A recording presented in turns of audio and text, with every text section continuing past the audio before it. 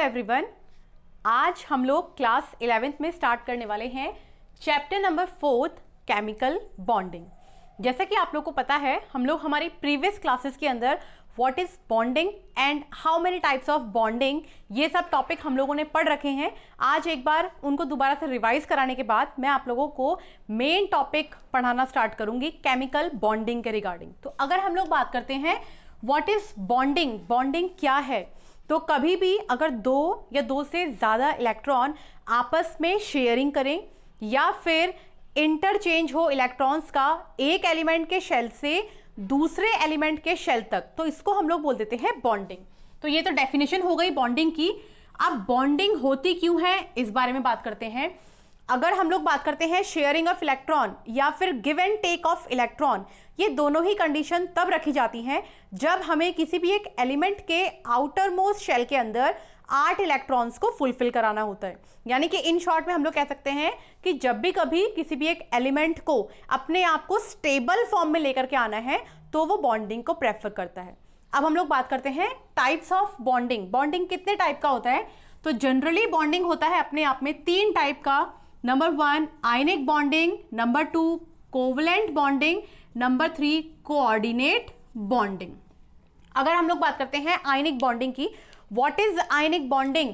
अगर यहां पर give and take of electron होता है, give and take of electron, जो एलिमेंट इलेक्ट्रॉन देगा उसके ऊपर पॉजिटिव चार्ज यानी कि कटायन, जो एलिमेंट इलेक्ट्रॉन लेगा उसके ऊपर नेगेटिव चार्ज यानी कि अनायन। तो हम लोग क्या बोल सकते हैं कि आयनिक बॉन्ड जो होते हैं वो कटायन और अनायन के बीच में फॉर्म होते हैं।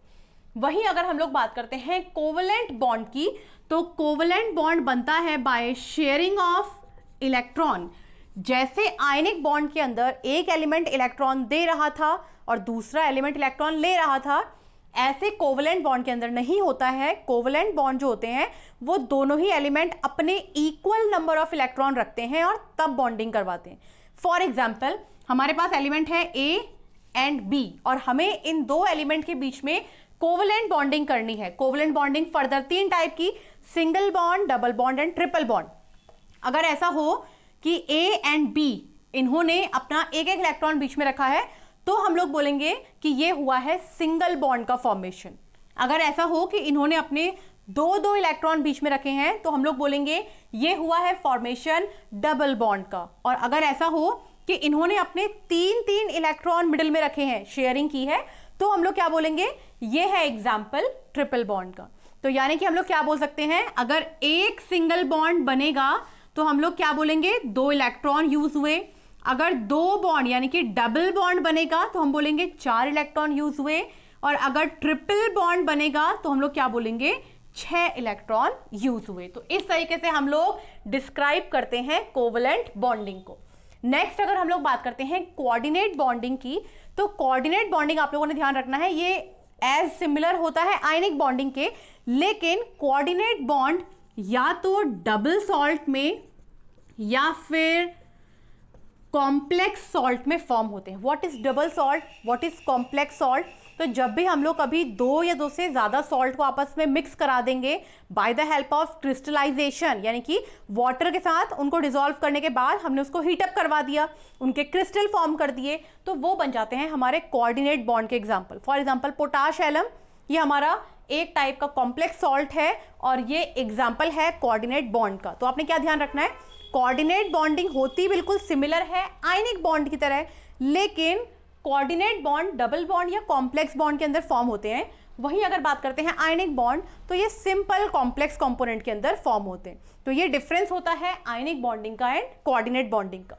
तो ये था हमारा वो टॉपिक जो हम लोगों ने क्लास 10th में या फिर बोल सकते हैं कि प्रीवियस क्लासेस में हम लोगों ने पढ़ रखा है। और अब हम लोग बात करेंगे हमारे क्लास 11th के टॉपिक केमिकल बॉन्डिंग की। तो यहां पर हम लोग सबसे पहले स्टार्टिंग करेंगे कोवलेंट बॉन्ड के फॉर्म से, कि हम लोग कोवलेंट बॉन्ड को कैसे फॉर्म करते हैं। अभी हम लोगों ने क्या पढ़ा कि शेयरिंग ऑफ इलेक्ट्रॉन से बनता है कोवलेंट बॉन्ड। यहां हम लोग शेयरिंग कैसे करते हैं ऑर्बिटल्स की, इस बारे में बात करेंगे। कौन से ऑर्बिटल, sp d, यहां पर हम लोग f ऑर्बिटल के साथ शेयरिंग नहीं शो करते हैं, इसलिए इसको हम लोग यहां शो नहीं कर रहे हैं। अगर हम लोग बात करते हैं शेप्स की, ये मैंने आप लोगों को पहले एक्सप्लेन किया है। अगर आप लोगों को उसको और अच्छे तरीके से अंडरस्टैंड करना है तो उसका लिंक मैं आप लोगों को डिस्क्रिप्शन में दे दूंगी, आप लोग वहां से देख सकते हैं कि s ऑर्बिटल की शेप क्या होती है, p ऑर्बिटल की शेप क्या होती है, d ऑर्बिटल की शेप क्या होती है, जिससे आप लोग को हेल्प मिलेगा कि हम लोग किस तरीके से आज केमिकल बॉन्डिंग को फॉर्म कर रहे हैं। ठीक है, तो अगर हम लोग बात करते हैं यहाँ पर कोवलेंट बॉन्ड्स में, तो यहाँ हम लोग मेनली दो टाइप के बॉन्ड फॉर्म करते हैं। एक होता है सिग्मा बॉन्ड जिसको हम लोग शो करते हैं इस सिंबल से, और एक होता है पाई बॉन्ड जिसको हम लोग शो करते हैं इस सिंबल से। तो यहां पर पहले आप लोगों को बता दूं कि what is sigma bond and what is pi bond. अगर हम लोग स्ट्रेंथ की बात करते हैं, सिग्मा बॉन्ड ज्यादा स्ट्रेंथ लिए हुए होता है as compare to pi bond. ये तो हमारा बहुत बेसिक पॉइंट हो गया। दूसरी पॉइंट, जब भी कभी दो या दो से ज्यादा एलिमेंट आपस में बॉन्डिंग करने आते हैं, सबसे पहले वो प्रेफरेंस करते हैं सिग्मा बॉन्ड को, यानी कि सबसे पहला बॉन्ड जो दो या दो से ज्यादा एलिमेंट के बीच में फॉर्म होता है वो सिग्मा बॉन्ड होता है। अगर उन दो एलिमेंट के बीच में दोबारा बॉन्ड फॉर्म करना है तो नेक्स्ट बॉन्ड जो उन्हीं के बीच में फॉर्म होगा वो पाई होगा। ये आप लोगों ने ध्यान रखना है कि पहला बॉन्ड सिग्मा बॉन्ड, उसके बाद जितने बॉन्ड आप उन दो ही एलिमेंट के बीच में फॉर्म कर रहे हैं वो पाई बॉन्ड होते हैं। किस तरीके से, अगर हम लोगों को बनाना है सिग्मा बॉन्ड तो हम लोग क्या क्या कंडीशन रख सकते हैं सिग्मा बॉन्ड के लिए, पहले इस बारे में बात करते हैं। अगर हम लोग बात करते हैं सिग्मा बॉन्ड की, तो आप लोगों ने ध्यान रखना है एस ऑर्बिटल, यानी कि एक एलिमेंट का एस ऑर्बिटल और दूसरे भी एलिमेंट का एस ऑर्बिटल जब मिलते हैं तो सिग्मा बॉन्ड बनता है। या फिर हम लोग बोल सकते हैं एस पी ऑर्बिटल, एक एलिमेंट का एस ऑर्बिटल है और दूसरे एलिमेंट का पी ऑर्बिटल है। या फिर हम लोग बोल सकते हैं पी ऑर्बिटल, दोनों ही एलिमेंट के पी ऑर्बिटल ने बॉन्डिंग की। किस तरीके से देखते हैं, यहां पर ये है हमारे पास एक एस ऑर्बिटल एक एलिमेंट का और ये है एक एस ऑर्बिटल एक एलिमेंट का। ये हमारा element number A, element number B, इन दो एलिमेंट के बीच में हमें बॉन्डिंग करानी है। और क्योंकि ये है पहली बॉन्डिंग है तो मैंने आपको क्या बताया था, पहली बार जब ये बॉन्डिंग करेंगे तो कौन सा बॉन्ड बनेगा, सिग्मा बॉन्ड। अगर यही एलिमेंट फर्दर बॉन्डिंग करने जाएंगे तो ये सिग्मा बॉन्ड फॉर्म नहीं करते, तब ये पाई बॉन्ड को फॉर्म करते। तो किस तरीके से होगा ये, अगर हम लोग को बनाना है सिग्मा बॉन्ड तो हम लोग यहां पर एक एस ऑर्बिटल और दूसरे एस ऑर्बिटल, ये बिल्कुल इस तरीके से है कि ये एक एस ऑर्बिटल ये दूसरा एस ऑर्बिटल, हमने इनको आपस में इंटरलिंक कराने की कोशिश की है, यानी कि एक एस ऑर्बिटल के ऊपर दूसरे एस ऑर्बिटल को रख करके हमने उसको टाइटली पैक कर दिया है। तो जितना टाइटली हम उसको पैक कर देंगे वो उतना स्ट्रांग हो जाएगा। इसीलिए मैंने आप लोगों को बोला है कि जो सिग्मा बॉन्ड की स्ट्रेंथ होती है वो ज्यादा होती है पाई बॉन्ड से। तो आप लोगों ने ध्यान रखना है कि यहां पर एक एस ऑर्बिटल के ऊपर दूसरे एस ऑर्बिटल को हम लोगों ने रखा है और उसको टाइटली पैक कर दिया है, तो इसको हम लोग बोलते हैं हाइब्रिडाइजेशन।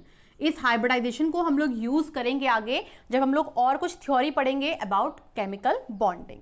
तो ये था हमारा एस ऑर्बिटल का एस ऑर्बिटल के साथ हाइब्रिडाइजेशन किस तरीके से होगा। और दूसरी बात आपने ये भी ध्यान रखना है कि ये हमारा हेड टू हेड हाइब्रिडाइजेशन है। Now what is head and what is tail, ये हम लोग जैसे जैसे हाइब्रिडाइजेशन करेंगे मैं आप लोग को एक्सप्लेन करती जाऊंगी।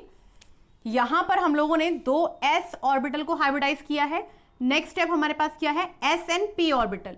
अब आपने ध्यान रखना है कि ये होता है स्ट्रक्चर एस ऑर्बिटल के लिए, और पी ऑर्बिटल के अगर हम लोग स्ट्रक्चर की बात करते हैं तो ये है पी एक्स, ये है पी वाई एंड ये है पी जेड। हमें इस पूरे ही स्ट्रक्चर के साथ बॉन्डिंग नहीं शो करनी होती है, क्योंकि अगर मैं बात करती हूं पी एक्स और पी वाई ऑर्बिटल्स की, आप लोग एक बार दोबारा से सुन लीजिए, P X and P Y orbital ये पर्टिकुलरली बने हुए हैं पाई बॉन्डिंग करने के लिए, और जो हमारे पास रिमेनिंग रह जाएगा यानी कि पी जेड ऑर्बिटल ये पर्टिकुलरली प्रेफरेंस करता है पहले सिग्मा बॉन्ड को, और अगर ये सिग्मा बॉन्ड किसी तरीके से फॉर्म नहीं कर पा रहा है तब ये प्रेफर करेगा पाई बॉन्ड को। अदरवाइज जनरली इसकी पहली प्रेफरेंस जो होती है वो सिग्मा बॉन्ड ही होती है। यानी कि हम लोग क्या बोल सकते हैं, पी ऑर्बिटल में से सिर्फ पी जेड ऑर्बिटल ही ऐसा है जो सिग्मा बॉन्ड को प्रेफर करता है फॉर्म करना। तो ये है हमारे पास एस ऑर्बिटल, ये है हमारे पास पी ऑर्बिटल। अब आप देखेंगे एस ऑर्बिटल तो एक सर्कल की शेप में है तो इसको हम लोग हेड ले लेते हैं, लेकिन पी ऑर्बिटल की अगर मैं बात करूंगी, यहाँ दो लोब्स हैं, इन्हें हम लोग लोब्स बोलते हैं, दो लोब्स हैं। अगर मैं एक लोब को हेड मान लूं तो अगला क्या हो जाएगा, टेल, या फिर अगर मैं इसको हेड मान लूं तो ये क्या हो जाएगा, टेल। तो अगर कभी किसी भी एक ऑर्बिटल के अंदर दो स्ट्रक्चरल फॉर्म्स हो रहे हैं तो वहां पर हेड एंड टेल लेके चलते हैं, लेकिन यहाँ पर क्योंकि एक ही स्ट्रक्चर इसका एक सर्कल बन रखा है तो इसको हम लोग एज अ हेड लेके चलेंगे।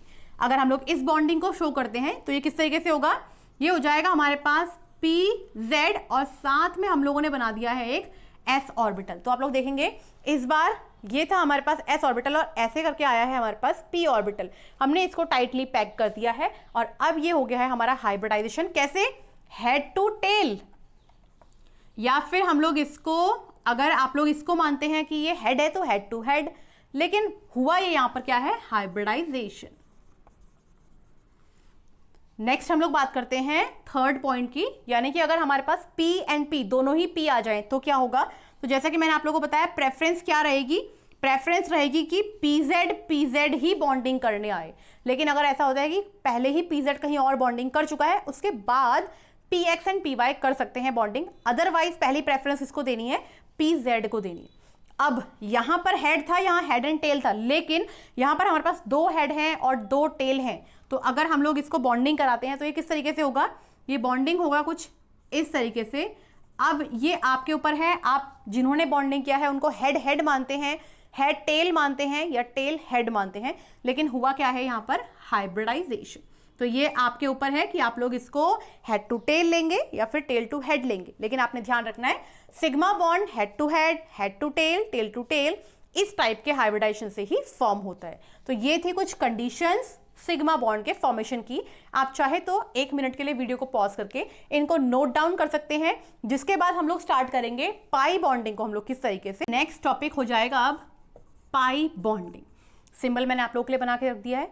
जैसे हम लोगों ने सिग्मा बॉन्ड के लिए कुछ कंडीशंस रखी थी, ऐसे ही पाई बॉन्ड के लिए भी कुछ कंडीशन होंगी, लेकिन मैंने आप लोगों को अभी क्या बताया था कि SS बॉन्डिंग हो, SP बॉन्डिंग हो, ये जनरली प्रेफरेंस होती है सिग्मा बॉन्ड की।